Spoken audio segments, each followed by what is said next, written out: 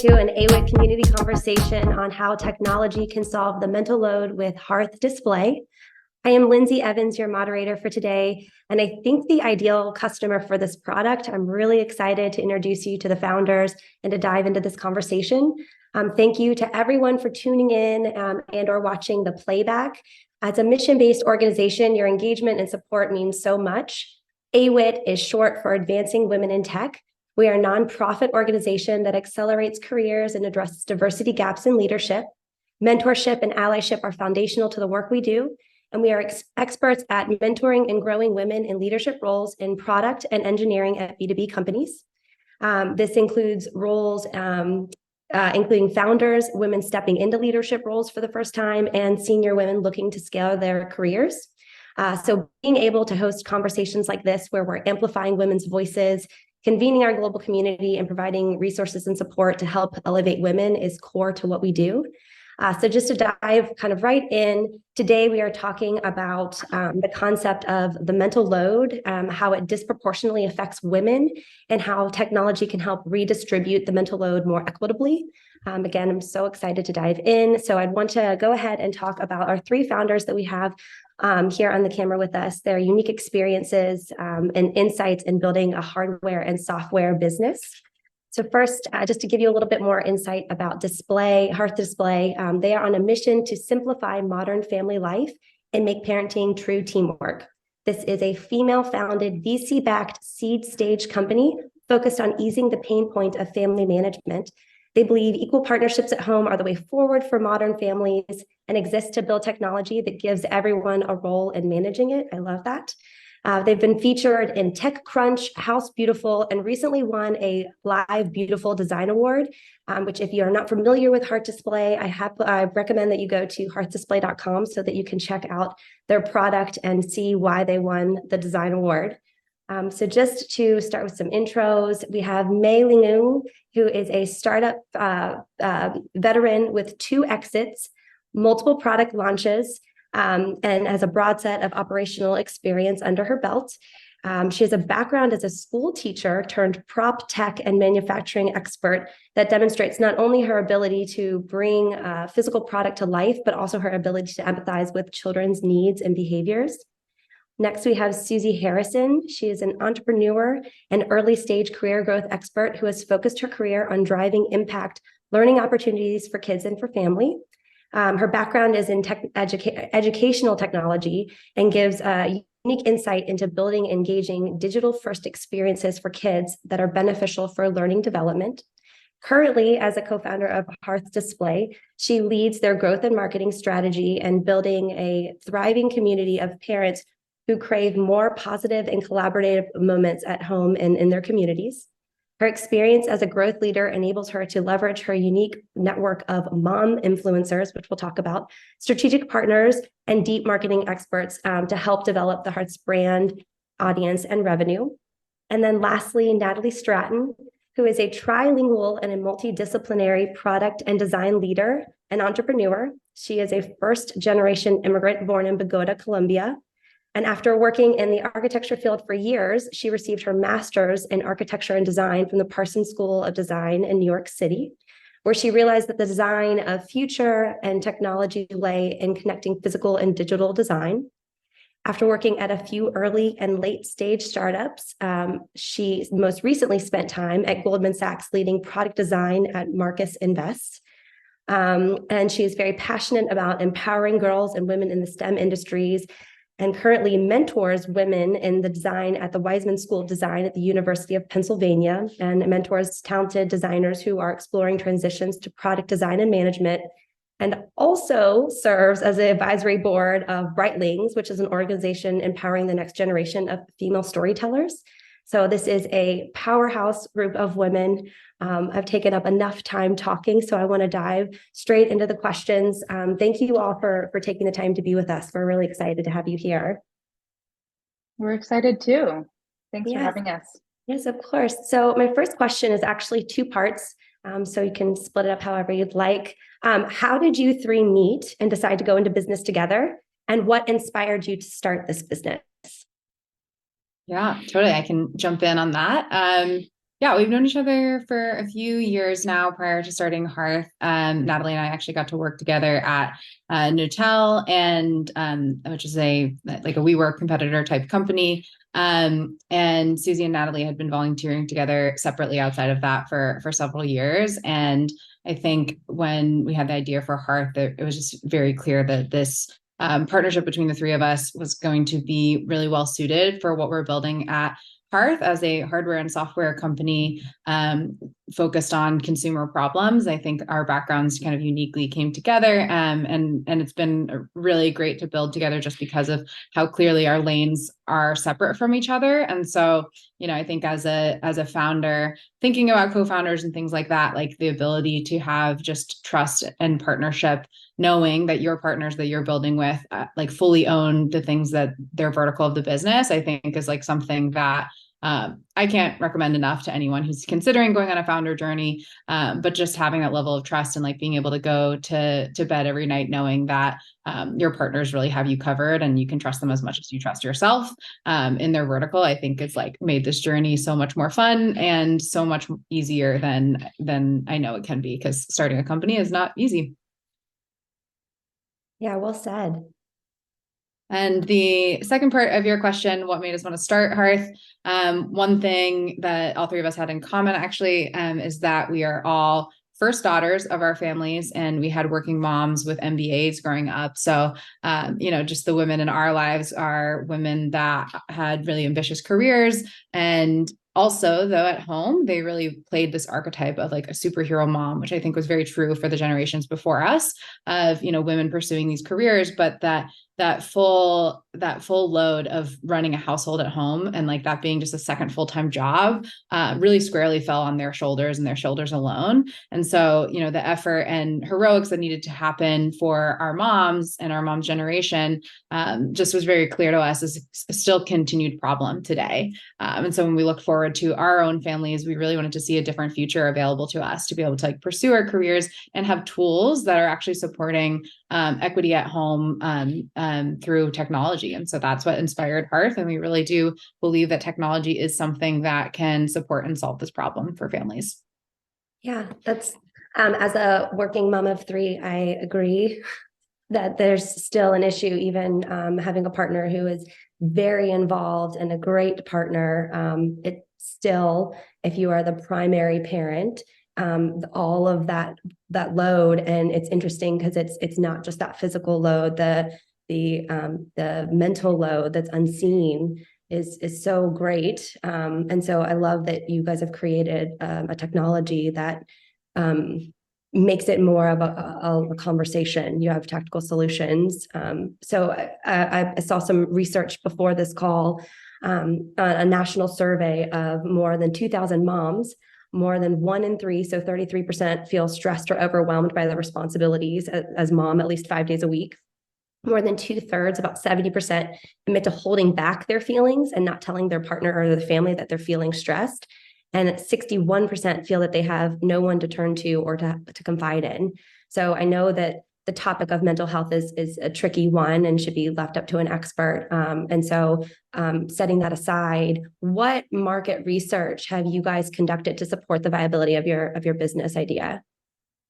Yeah, absolutely. We found very similar research to that, as well as we kind of explored the why behind this and where we really felt we could fit in to solve this problem. And, we found not only from surveys that we ran ourselves, and we've talked to thousands of families at this point ourselves directly, but also just looking at broader research, right? Like this, we weren't the first people to talk about the mental load by any means. There are a lot of really amazing thought leaders who are having discussions around this topic as well. And one of the things that we found is that women are 8 times more likely to carry this. And in particular, it's not just that execution as you manage, it is that mental load. That mental load piece is, while we've seen a ton of progress in terms of actually sharing the execution, the part where I think that there's still that very acute imbalance of gender equity inside of the home is that mental load piece, and that piece of just anticipating needs for your family, triaging and finding solutions, and then tracking execution and making sure that it actually gets done to keep your family running smoothly. That piece of that work, which is actually work, falls pretty much almost exclusively on women's shoulders in most families. Yeah, it And it does. It makes sense, right? That if you lack a cohesive and comprehensive system to do that work, then of course it's going to fall on one person's shoulders. I think we find that especially with younger generations, to your point about your partner earlier, it's not that partners don't want to be involved, right? Like we often find with our families, whether it's our own personal families or with the families that are in our Hearth community, we find that partners actually do really want to be involved. They want to participate, but it's really hard to participate in a system that doesn't exist. And so when that system doesn't exist and isn't an external system that everyone can plug into and self-serve information to themselves from, then the system defaults to one person's brain. Then the system becomes one person has to carry it all. And we kind of learn this behavior that if I need information, I need to go to that one person and have that person tell me what that information is, because no system exists. And so when we set out to create Hearth, it wasn't because we didn't think partners were supportive and willing to take on more of this load. It was more, how do we make it easier for everyone to play a role? How do we make it easier for a family to play as a team? And what does that system look like that enables that type of behavior? That's such a good point, because it's not just the work, it's having to tell somebody, like if you are that person, it's work to have to delegate that out. So how many times do you talk to moms where I'd rather just do it myself? Because if you're asking me to help and I have to come up now with your list, right? Like just getting it out and having it in a system like that just allows for the conversation to happen more naturally, and probably eases a lot of tension in that conversation too. Absolutely. So you mentioned in your blog, I've read a couple of your blogs about shared management versus task management. Can you just give a little bit more insight into that for our audience if they're just not sure the definition between the two? Yeah, happy to. So, and Maylin kind of alluded to this earlier. I think when we think of something that needs to get done, we think of the execution piece, which is what Maylin referenced earlier, right? We think about doing the thing. But in reality, I think most tasks actually have three separate pieces to them. They have anticipating that something needs to get done. If there's a task that you're thinking about, you have to anticipate that something needs to get done. You then have to plan for it to get done, and then you have to execute it. So any one task usually has these three different components to it.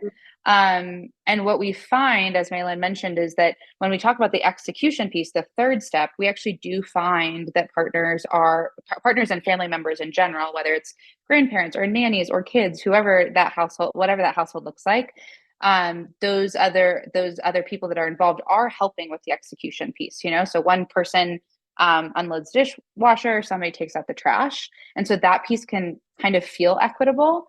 But what gets missed is there's still a huge lack of equity around the first two steps, which is the anticipation that something needs to get done, and then the planning for that thing to get done.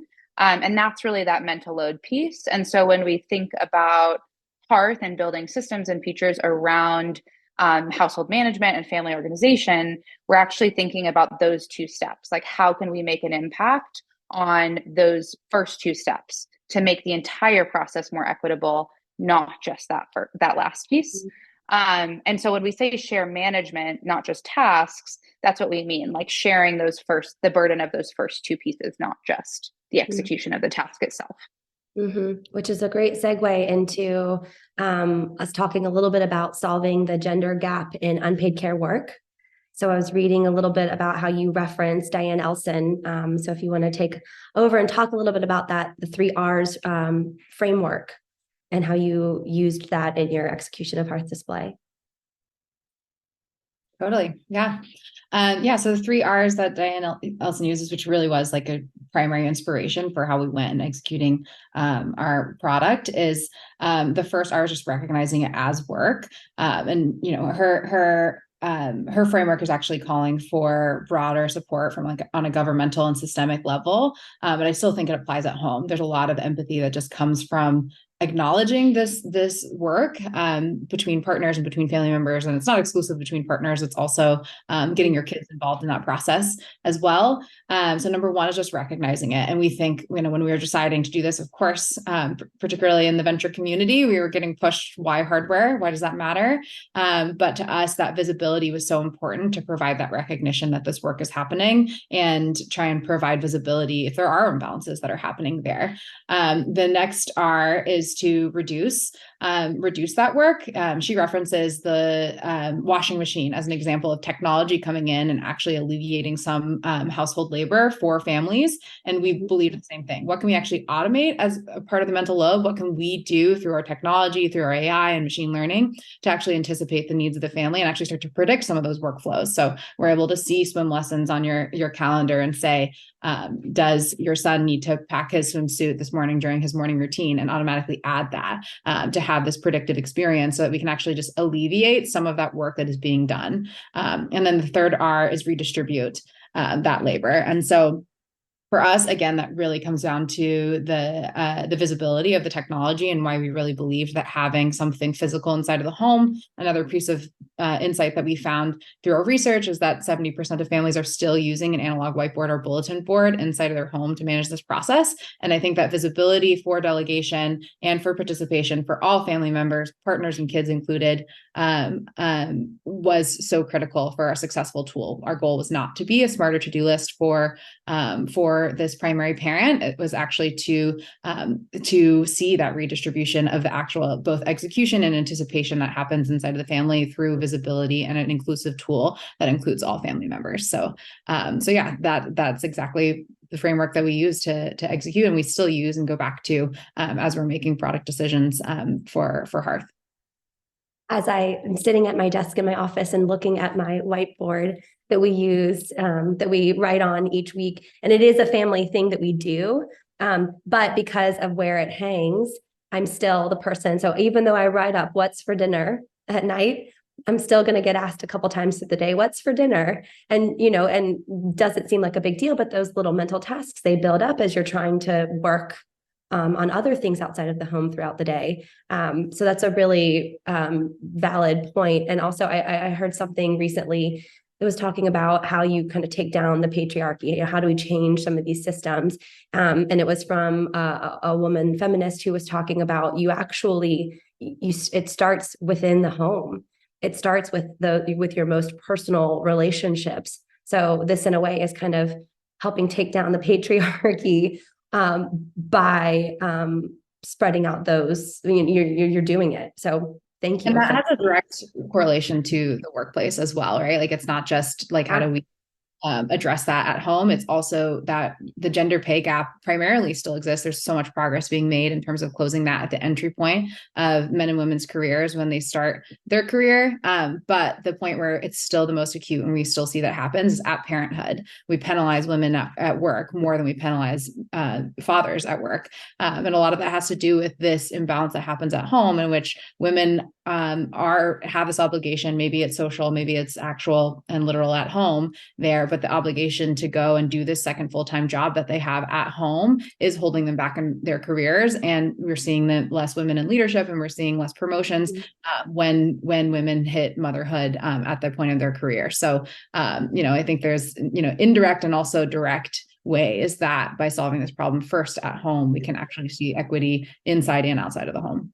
Yeah, 100%. And instinctual too. I think it's natural for a woman to want to care for your young. And so being in a space, a psychologically safe space at work, where you can choose what that looks like for you. But this is all part of a larger culture conversation too. We experience that and get feedback from our community as senior women in tech. They feel that. And so this speaks to it. Can you share a little bit more about the community that you're building? I was reading about some of your beta tester families. I'm just curious to know how you put that group together, and what you're learning from them. I can start, but I want Nathalie to share as well, because she's like working with our beta testers all day, every day, every hour, every day right now. Yeah, so I think just to start, and then I'm going to pass it to her, but I think, community has really been at the core of what we've been trying to build at Hearth. I think um it's it's one thing to be, as Mylyn mentioned earlier, a fancy to-do list. Like, it's one thing to take a post-it note and turn it into a digital post-it note. Like, that's one thing. But we actually don't see that as solving the problem, right? We actually see the problem as being much larger, as we've been talking this whole time, than just making a to-do list more efficient for one single person. But I think because the problem is much larger and more complex than that, that means you need to be closely communicating with your community in order to actually solve the problems that they are experiencing every day. I think it's easy to pretend that you're building a product that looks fancy and looks nice and hangs on a wall and call it a day. I think it's a lot harder actually to work directly, transparently and authentically with your community to solve a really, really big problem. And I think that's why community has been at the core of our brand since day one. So yeah, I want Nat to share a little bit about that side of it. Yeah, I think truly it really is a privilege that we do get to build alongside these families. And I don't know if you guys have heard like the term, when there's like a very intense pain point, like in a product, a product should be the painkiller. And I think us getting to be super close to our community actually like does allow us to like see patterns and, notice the disaggregated tools that families are using and how they're actively solving them now, like what they're using as like a painkiller or like Mhm. that kind of thing. And so, I think for us, just like having that access not only allows us to learn super quickly, I think that's also something that's really important that it's like, we want to solve this now. We want to solve this, not, not tomorrow, not next week. Like we want to start now. And so, just having that access and, also like in a community where you can look at the person next to you and say, oh, wow, me too. Like, this is how I'm doing this. Like, I'm so thankful that, Hearth is coming in and like listening to me and then putting something in technology that is actually going to kill this pain point. Mhm. And so I think that again, we're just like super privileged to be able to have that group and just have more people that want to be a part of it. And we know that family isn't, a one size fits all either. And so being able to have like families coming from all over the place, like with either similar pain points, but approaching it in different ways and approaching solutions in different ways, just allows us to like really be in tune to build the things that are actually going to solve those problems. So what key features are there currently with HearthDisplay, and what does it look like in terms of future features that will come out? Yeah, that is a great question. Yeah, so I think first, both Malin and Susie mentioned this earlier, that so much about it is, everyone wants to take part in this process. The only thing that's really been missing is like the system and the tools to do that very thing. So I think for us, like one of the biggest things that we learned is like, how can we make it super easy for parents to transition and like put their information onto Hearth? How can we, take the tools that they're already using that are disaggregated, the sticky notes, the apps, and not only start from there, but also consider like, oh, who else might they want to include as part of the family? Because Mhm. right now, like the biggest thing that's happening is, for example, like any technology solutions are going to be maybe like a mobile app. Most kids, under the age of 12 are not going to have phones. So all of a sudden you're leaving out half of your family. And so then something important for us was making sure that we were including the right people in the home. And that, parents are really going to care not only about, things getting done, but also, how their family is growing. Like, Mhm. are they, seeing points of connection and celebration, when something gets done? Can a parent celebrate, the level of independence that their like young child might be getting to? That, a child feels independent, that they can do things on their own. So I think that's kind of like where we started. And like knowing that, it did kind of allow us to then like evolve our features. So, for example, like something that we've seen has been super helpful for parents have been our recurring to-dos. So, kids have things that they have to do every morning to, get out the door and go to school, or when they come home, when they, have to unpack their backpack and maybe give their parents like whatever pieces of paper that their teachers handed them throughout the day. There's like routines that parents have to keep in their heads to like write out and remind their kids to do. And I think we are using like leveraging technology in such a way that a parent can like set it and forget it. so they like type in the routines, type in the recurring to-dos that have to happen every single day. And, a child can just get super excited to go up to Hearth and just like tap and like see their confetti pop up like when they're actually completing something.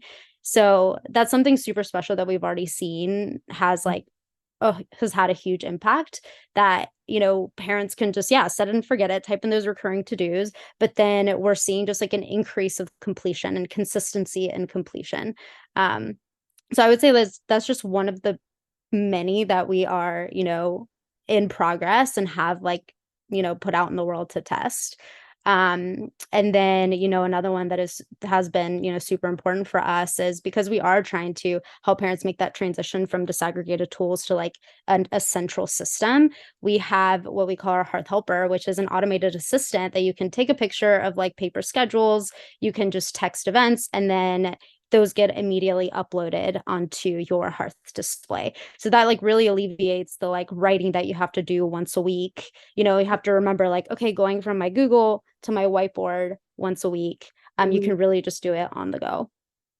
Oh, I love the gamification that you're adding to it. Like you're meeting families where they are, right? Like I'm maybe a little old school. I like to write. It helps me remember. But I have 11, 8, and 4-year-old. So Amazing. different levels, it makes it difficult. But this is so smart that you have that gamification and that recognition. And you also said the celebration, being able to celebrate small wins. Like life is tough. Things are going in many directions. And I think we're a strong family unit, but my kids still desire more time with us, more energy and more recognition. And there are some times where I feel like I'm taken back that they're asking for that. So this is such a great way to include that in something that usually is a pain point or a stressful conversation about your room. Have you brushed your teeth? Have you done those things? That's so great. So tell our audience, how does Hearth work? If someone is interested in signing up, I know that you have a wait list right now, I saw on the website. So tell us a little bit, if someone wanted to get started, what that would look like. Yeah, love to hear that. We love that question. So right now we have a wait list. That's because we sold out of our first production run so quick. It was really, really awesome. Yeah, thank you. It was really awesome to see just like the support and enthusiasm from our community. We sold out even quicker than we could have anticipated. So we did that last year. And now we are in the process of delivering that first production run. And then we'll be opening up our second production run. And those orders open in May. But because we sold out so quickly, we are building a wait list. Sorry, there's a question in the chat right now in case the recording doesn't have that. But no international shipping yet. We hope to get there. We really hope to get there. But yeah, just US for now. But we are gathering a wait list so that people can be notified the minute that orders open in May. But just as like a thank you to the AWIT community and a thank you for having us on and learning more about Hearth, we've actually created a custom landing page that we can share out as a resource. And by signing up for the waitlist on that landing page through the AWIT landing page, we'll have you guys kind of skip the line and make sure that you are like told first about as soon as orders open in May, just because we already have a waitlist of about 50,000 people for the second production run. So we'll get you guys to the front of the line for sure. We have some thank yous. I'm saying thank you too. Thank you too. I will be signing up. So let's switch gears a little bit, if that's okay, and talk about the business and speak to your journey as founders and speaking to our founders in our community. I read about in June of 2022, you announced that you had secured $2.8 million in funding. And so I'm just curious, what has that funding journey looked like? And what advice would you offer to the audience listening and maybe even to your earlier selves? Yeah, it was not an easy journey. I imagine that this particular group, this audience, is familiar with the stats of the imbalance of venture capital dollars and who it goes to. But in 2021, 2022, we saw, only about like 2.5% of all venture capital dollars go to female founded companies. So for us, we were definitely facing the same sort of barriers that almost all female founders would face. And on top of that, we're also a hardware company, which is just another thing that VCs hate as well. So I will, just in full transparency, it was not an easy journey. We actually attempted a couple of times. So our very first cycle for fundraising was back in October of 2020. We pitched over 50 VCs, really actually not really having a sense of what we were doing yet, or really understanding the dynamics of that environment at all. And just really just went out there and put ourselves out there and just, met as many people as we possibly could and got 50 no's. So we then had to kind of take a step back and actually really figure out what we were going to do. And, our belief and desire to see Hearth exist in the world, I think really outweighed that struggle. And so we just continued forward. We managed to scrape together, and by scrape, I mean, we're talking about like $2,500, $5,000 checks to get to 100K, which we then used to really focus on the validation and traction that we just believed existed. I think there was a lot of skepticism that this problem was real. When you're talking to VCs who are primarily men, I think they actually don't believe or recognize that this pain point is real and that people would be willing to pay for a solution. And so that seemed to be the highest doubt that we were hearing from investors. And so, we were like, we disagree. And so we went out to go get the evidence to kind of prove that wrong. And so we launched a deposit campaign back in the summer of 2021 to just really prove out the fact that people are willing to take out credit cards and pay for a solution to solve this pain point, because it is so painful for parents and, in particular moms. And we saw really amazing results. And so we were able to get 500 customers to put down a $50 deposit before the product existed. Most of those customers are still actually with us just now receiving, like this month, their Hearth. They have waited 2 years to get their Hearth, they've been a huge part of the community that we referenced earlier, and supporting of actually seeing Hearth come to life. And then off the back of those results, that's how we were actually able to go back out and get institutional funding. So that announcement came out in June of last year. We ended up closing our first institutional round of funding in January 2022, which really then kicked off product development at that point. And I think a lot of that came down to not only just going to get the proof points with basically nothing, but also our lead investor actually came when we came back to her a year later, and we were like, last year we asked you for $1 million, you said no. We went out and got $100,000, and here are the results. We did exactly what we said we were going to do anyway. I think a big part of it was just that fact that we didn't give up and continued to push forward and really did what needed to be done to get those results a year later. And that's what got us our first yes. Little rock stars.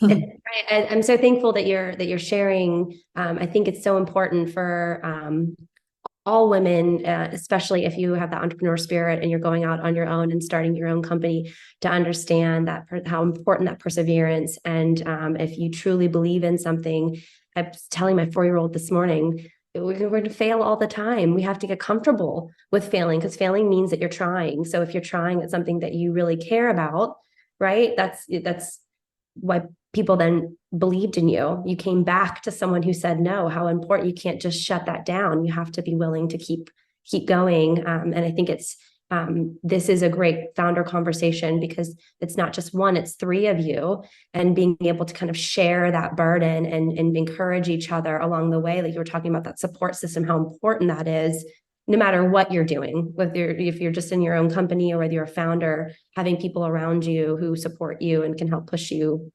through some of those harder, trying times. Yeah, I think, for every no we got from an investor, we got 100 more yeses from customers. And I think that's what kept us going, investors continued to say no, and yet we continued to talk to families and parents day in and day out who desperately wanted this solution.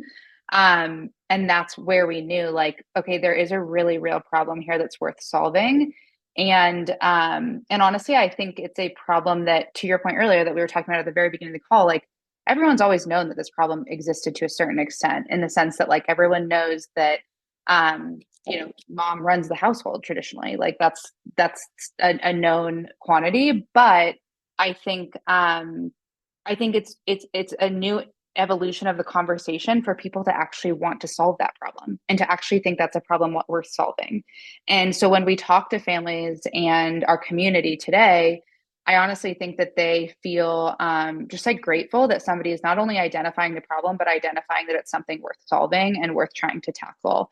And that's a really, really gratifying feeling, to feel like, okay, maybe this investor over here like truly just can't empathize with what we're trying to build, but these customers feel seen, heard, and valued, and want to be a part of this process with us. And that's enough to keep us going every single day. 100%. So, what are some of your short and long-term goals for HearthDisplay? Yeah. Short term, like I said, we've had the loyalty of these customers who've been waiting for 2 years to receive their product. So, we're just continuing to push forward and deliver that. So that's delivering that first production run, and, continuing to scale and be able to bring Hearth to more families throughout the year. So some growth goals with our go-to-market product that we have here. But, long term, we really view ourselves as a software company, although we have hardware, and that is the delivery system of how we bring the software into people's home and gain adoption across all family members, which we do think is critical for success for a family operating system to work. The vision is to be a family operating system, which means continuing to expand tools that solve the problems around caregiving inside of the home. In particular, tools that just support communication, coordination, and logistics, as well as execution for families. And so that could mean a lot of different things. And that's expanding on our software, potentially introducing new physical products as well into the home, but with the just continued vision that the primary thing that we are trying to solve is making, lightening the mental load and bringing that family equity. So, that could be, anything from like meal planning tools to, expanding into different types of caregiving, as well, like, new infants or even, aging family members as well. There's still that same framework of coordination, logistics, and communication that happens across all of those types of categories. So I think, there's endless amount of work to do in so many different types of families, not just, heteronormative families with 2 kids at home. That's families of all shapes and sizes deal with the same struggle of caregiving and how that falls on different people's shoulders at different stages of their lives. And so that's really the mission of what we're trying to do. Yeah, that's so important to say. How do you plan to measure success for your business? This is kind of a founder conversation. How do you define success for you? Yeah, I think, Nathalie's actually already doing a great job of some of these things. There's obviously the business metrics that we have that we're going out for, but something that she started measuring already so quickly is that delta between recurring to-dos created and recurring to-dos executed, like checked off on Hearth. Like that is a signal that we're alleviating the mental load by saying that, like, instead of having to continue to remind and ask or rewrite this to-do list on a whiteboard, that you can actually set it and forget it and see your family just executing on the things that need to be done. That's already a signal. And then, we are, right now we're early. So it's we don't have quite enough data to really signal this yet. But one of the things that we've talked about in the long term is like actually understanding the different types of user profiles inside of the home. And over time, if you're on month 6 as a Hearth family, you've now had Hearth in your home for 6 months. Is there actually a shift between who's not only creating those to-dos and events and things like that, but also executing? And if we can actually see a shift between one primary parent user to an equal, execution of both creation and completion of different household items, I think that is a really strong signal to us that we're doing what we set out to do, which is changing the dynamics inside of the home of who carries the load. And really being able, it's so smart to be able to have those data points to be able to show, not only to validate the product itself to the market, but also to be able to continue to hone in on those key features that make the biggest difference for families. Okay, we've got a couple of more minutes. I've got a few more questions. I don't want to run out. We might have to extend this to another conversation if possible. We'd love to have you back on. What are some of the biggest challenges you anticipate facing as a founder, and how do you plan to overcome them? And that can be anything from the past or something that you've got kind of in the forefront coming towards you. Yeah, that's a very good question. I mean, I think one of the things that we talk about regularly is, just being a founder actually isn't a job, right? That's not a job spec that's put out on the website. We have operational roles inside of this organization as well. And, with how quickly that we want to grow and how quickly we want to solve this problem for families across America, there's a lot of scaling up that we have to do as individuals to transition from these founders who are just tooth and nail, going to do whatever it takes to get it done, into being leaders of an organization.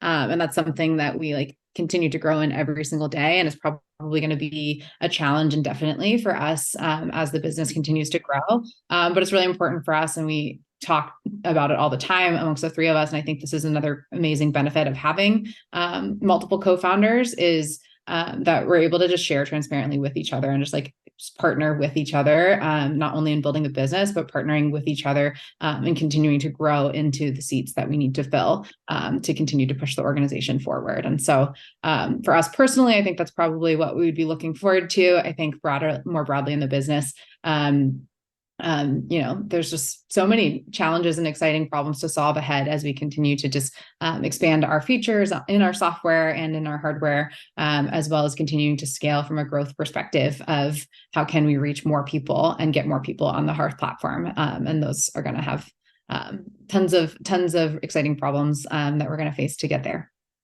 And I would just add quickly to that on the product side. I think something that we always talk about that quote unquote keeps us up at night is what is Hearth's role and what can be our role in this larger cultural conversation around gender equity? I think we truly believe, and the title of this session is how technology impacts the mental load. With that in mind, we truly believe that technology can have an impact on how the mental load is distributed within a home. But in many ways at this early stage, that's a hypothesis, right? That's an educated guess that we're making, that by introducing these systems into the home, we can actually impact the way that things are executed. And I think we also are very aware that there are larger cultural, societal, governmental forces at play when it comes to that conversation. We're only one piece of that. And so I think when you ask what challenges are ahead, that's what I think of is what is our role in that space, and how can we continue to be a meaningful player in that larger conversation? And can we actually shift the culture or help shift the cultural and societal norms that we see? Yeah, that's what we're here to do. Yeah. And, I think we can't solve all of the world's problems, but I think that you guys have found we've developed and created a really, really great product that is hitting home with so many individuals across the country. And so I'm so thankful for the opportunity to talk with you and learn a little bit more and share it with our audience. And I really look forward to seeing how things continue to grow. I hope that we're following you on social media. We'll drop all of your links here for our audience to connect with you as well. And hopefully we'll get to see some people taking pictures of their Hearth display in their home here in the coming months. Awesome. We really appreciate you having us on. Yeah, thank you so much for your time. And to everyone tuning in, thank you again so much. Please go to hearthdisplay.com, check them out. And thank you so much for your participation with the AWIT community. Thank you.